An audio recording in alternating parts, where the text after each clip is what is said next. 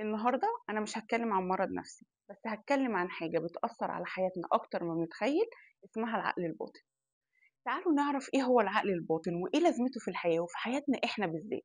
العقل الباطن ده زي خزنة كبيرة بنخزن فيها ذكرياتنا وعاداتنا وحتى مشاعرنا اللي بنفكرش فيها طول الوقت.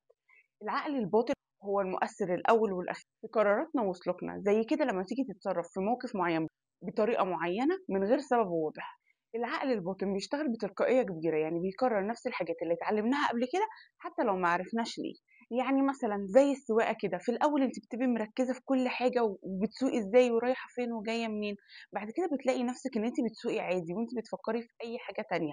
ده مش عشان انت شاطرة، ده علشان خاطر عقلك الباطن خد المهمة دي عنك. تيجوا الأول نعرف إيه الفرق بين العقل الواعي والعقل الباطن. العقل الواعي ده اللي بنستخدمه لما بنكون بنفكر أو مركزين على حاجة معينة، زي مثلا إني هعمل حاجة جديدة، أو هحل مشكلة، أو هقرر هروح فين، أو إني مثلا هقرا كتاب. العقل الباطن بقى ده بيشتغل من تحت لتحت من غير ما نكون واخدين بالنا، بيخزن كل حاجة عملناها أو سمعناها حتى لو إحنا مش مركزين فيها، وبيشتغل بسرعة وبيخلينا نعمل حاجات كتيرة بشكل أوتوماتيك، وده بيأثر على تصرفاتنا ومشاعرنا. طب هو عقل الباطن ده بيشتغل ازاي؟ انت في الاول لما بتيجي تتعلم حاجة جديدة، عقلك الواعي هو اللي بيكون قاعد كده ومصحصح ومركز. مع الوقت والتكرار عقلك الباطن بيخزنها وبيحولها لعادة.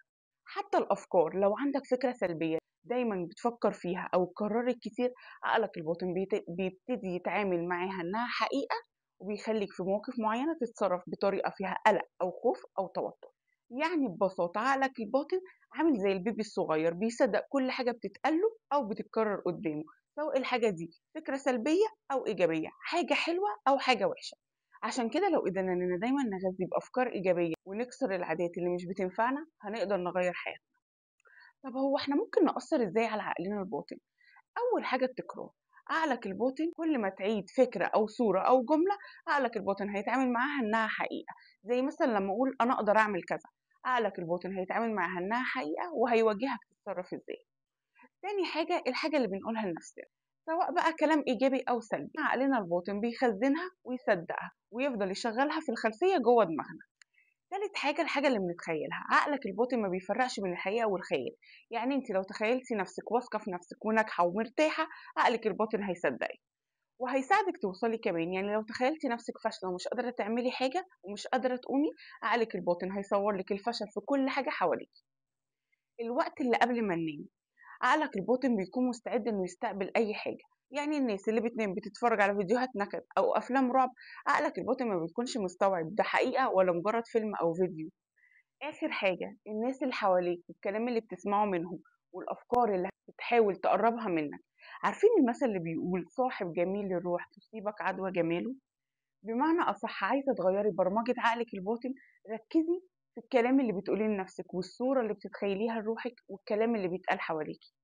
باختصار كده عقلك الباطن ممكن يكون أكبر عدو ليكي أو أوفى صديق ليكي، وانت اللي بتختاري. كل فكرة بتدوريها جوه دماغي أو كل كلمة بتقوليها لنفسك بتسيب علامة. ابدأي من النهاردة تنفذي الكلام ده وهتشوفي الفرق. لو حاسين ان الكلام لمسكوا او حابين تعرفوا اكتر، اشتركوا في القناة واعملوا لايك، وقولوا لي ايه اكتر عادة حابين ان انتوا تبرمجوا عليها عقلكم الباطن.